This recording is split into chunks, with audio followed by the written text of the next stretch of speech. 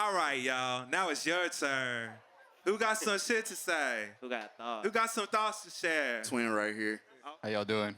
What's going Yo. on? What's up, G? I had a similar sort of thought as you, Zach, with just like starting out being married to this like regular politics that we have, and then breaking out of that, but still not breaking the loop when it came to like interrogating the more important things, like you're talking about misogyny, patriarchy, all this stuff, labor relations. So you guys talked with David Wengrow, one of your episodes. I read his book. It's amazing. Yes.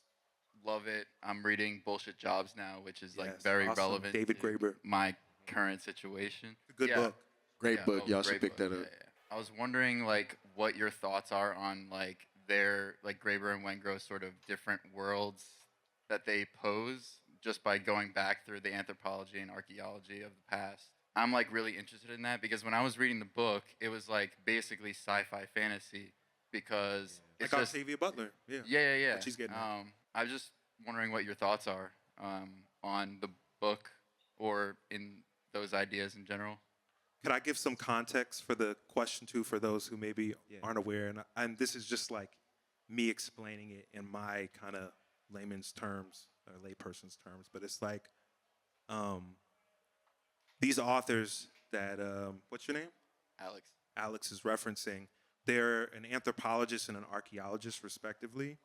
And a big thing that runs through their work is kind of zeroing in on civilizations and societies at different points in human history that sort of deviated in how they were organizing themselves compared to like the predominant systems. And so it's like a lot of indigenous history. I mean, it's like all over the globe.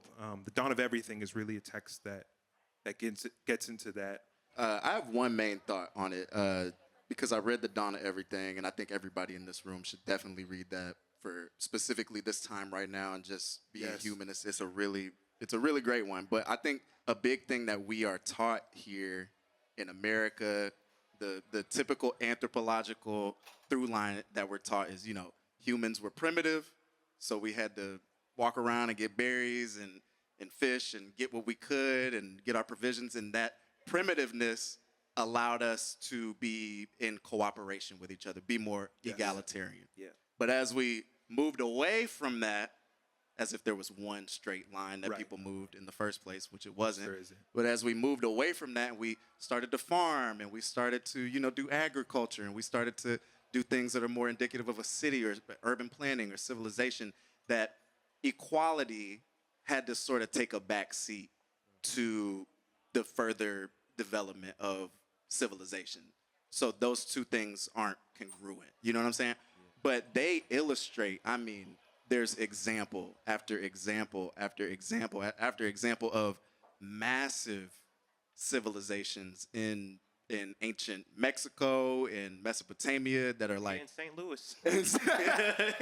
These, literally huge cities that they can't find any evidence of an emperor.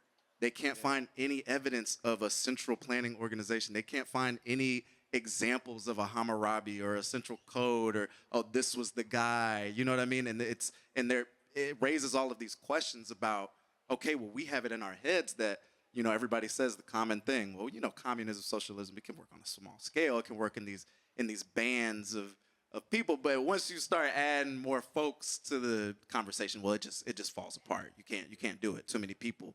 But that's antithetical to history. It's antithetical to human nature.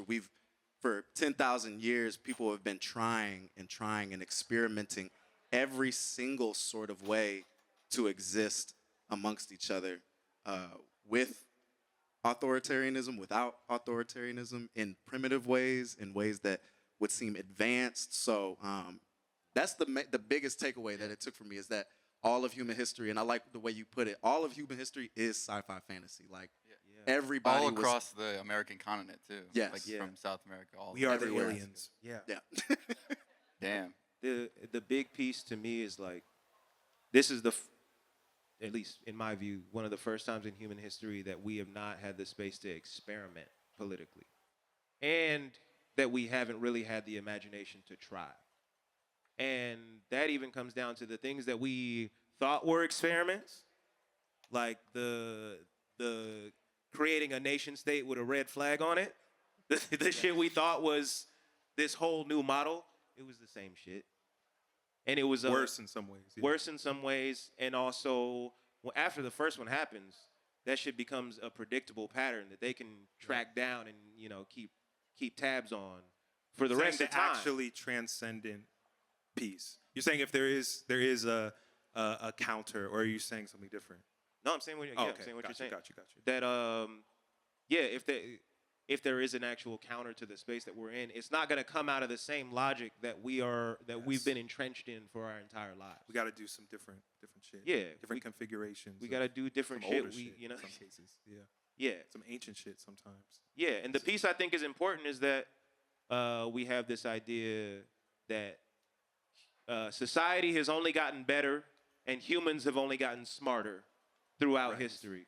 Right. We got the same brains that we had when we first came out. They haven't dropped any new updates. They haven't changed any shit. We're the same people with the same creative capacity that they had, and they had the same shit that we have. You know what I mean? And they were back there experimenting with all these different social forms. And now we feel like, oh, we're locked into the best one. Do you know what I would say You on know? that? I would just remind everyone that all this shit, these systems, the technology, it's socially informed. It starts with us. We decide we're going to do something and why. We are deciding this.